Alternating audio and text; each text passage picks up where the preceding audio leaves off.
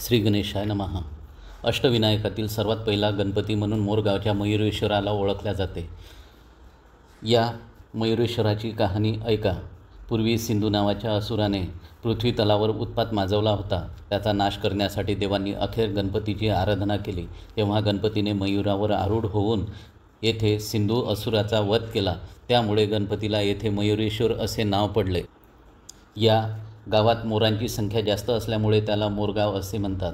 या मंदिरात मयुरेश्वराबरोबर ऋद्धी आणि सिद्धी यांच्या मूर्त्या आहेत. असे म्हणतात की ब्रह्मदेवाने 2 वेळा या मयुरेश्वराची मूर्ती बनविली आहे. पहिली मूर्ती बनवल्यावर ती सिंधुसुराने तोडली होती, म्हणून ब्रह्मदेवाने पुन्हा एक मूर्ती घडवली. सध्याची मयुरेश्वराची मूर्ती खरी नसून त्यामागे खरी मूर्ती असल्याचे मानले जाते. ती मूर्ती लहान वाळू व लोखंडाचे अंश व हिऱ्यापासून बनवलेली आहे. या मंदिराचे आणखी एक वैशिष्ट्य म्हणजे या मंदिराच्या समोर एक नंदीची मूर्ती आहे.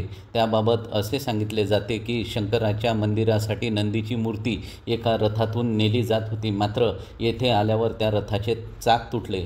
त्यामुळे या नंदीला येथेच ठेवण्यात आले होते.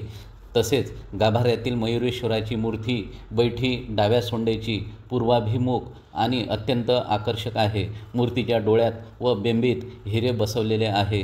मस्तकावर नागराजाचा फणा आहे. मूर्तीच्या डाव्या आणि उजव्या बाजूस रिद्धी सिद्धीच्या पितळी मूर्ती असून पुढे मूषक व मयूर आहेत.